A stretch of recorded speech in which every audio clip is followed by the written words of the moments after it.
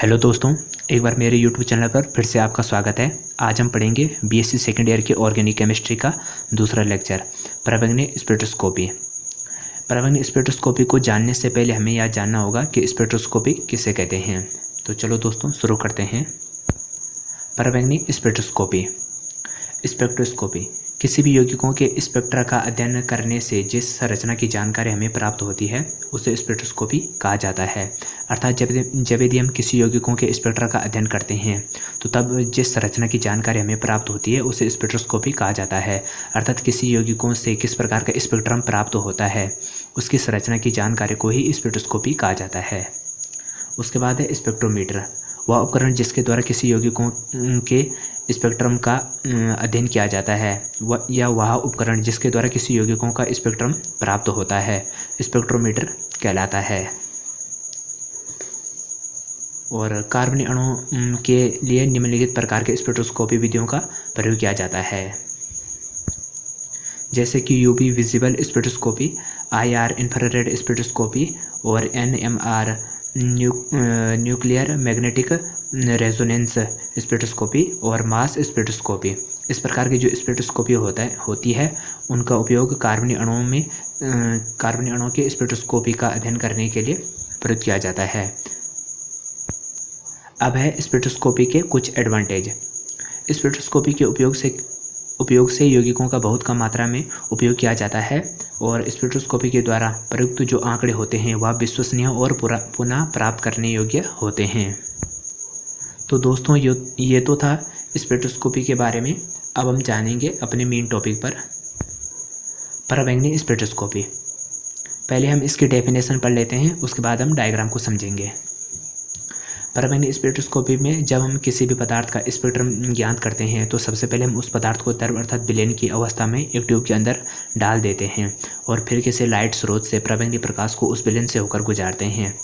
और जब प्रकाश इस विलयन से होकर गुजरता है तो प्रकाश का बहुत सारा भाग पदार्थों में उपस्थित अर्थात विलयन में उपस्थित पदार्थों के अणुओं द्वारा अवशोषित कर लिया जाता है और केवल कुछ ही भाग पदार्थों से बाहर निकल पाता है। और जो भाग बाहर निकलता है वह मोनोक्रोमेटर में चला जाता है और फिर मोनोक्रोमेटर के बाद वह डिटेक्टर में डिटेक्ट किया जाता है और डिटेक्टर के बाद वह आरेखित संरचना के रूप में हमें रिकॉर्डर में एक रिकॉर्डिंग के रूप में प्राप्त हो जाता है, जिसे पराबैंगनी स्पेक्ट्रोस्कोपी कहा जाता है।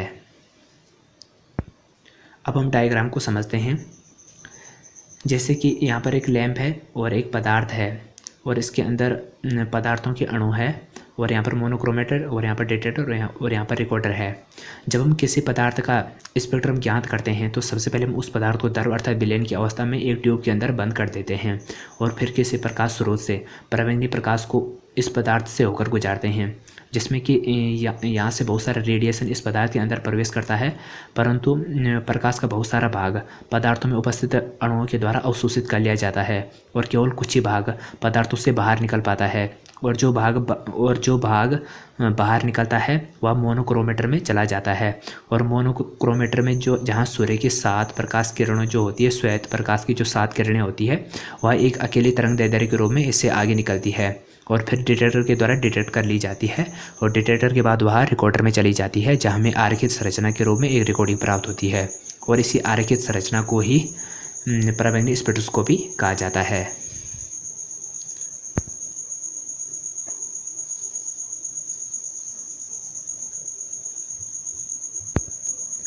अब है पराबैंगनी स्पेक्ट्रोस्कोपी की एक छोटी सी डेफिनेशन। पराबैंगनी स्पेक्ट्रोस्कोपी एक प्रकार का अवशोषण स्पेक्ट्रोमेट्री होता है जिसमें किसी यौगिकों के द्वारा पराबैंगनी क्षेत्र के कुछ भाग का अवशोषण किया जाता है। जैसे कि यहाँ पर पराबैंगनी क्षेत्र है, यूवी अल्ट्रावायलेट और विजिबल और इंफ्रारेड।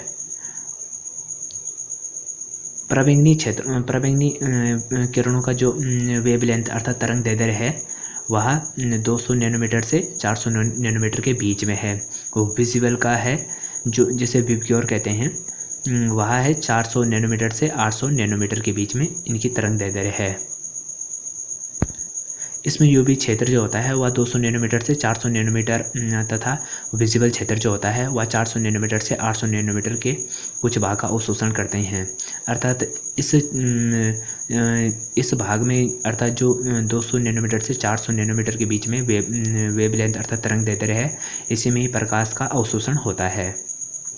किसी पदार्थ पर यूवी प्रकाश डालने पर इलेक्ट्रॉनिक ट्रांजिशन अर्थात इलेक्ट्रॉनिक संक्रमण उत्पन्न हो जाता है। अर्थात उस पदार्थ के अणु में जो इलेक्ट्रॉन होते हैं वह उत्तेजित हो जाते हैं और अपने निम्नतम ऊर्जा स्तर से उच्चतम ऊर्जा स्तर में चले जाते हैं। इस प्रक्रम में ऊर्जा की एक निश्चित मात्रा अवशोषित होती है, जिसके कारण प्रवेगनी स्पेक्ट्रम में अवशोषण बैंड उत्पन्न हो जाते हैं। और यह अवशोषण बैंड जो होते हैं इनमें दो मुख्य विशेषताएं होती है। पहले तो इनकी तीव्रता होती है, दूसरी होती है इनकी तरंगदैर्घ्य अर्थात वेवलेंथ। इस प्रकार प्रवेगनी स्पेक्ट्रोस्कोपी को इलेक्ट्रॉनिक स्पेक्ट्रोस्कोपी भी कहा जाता है।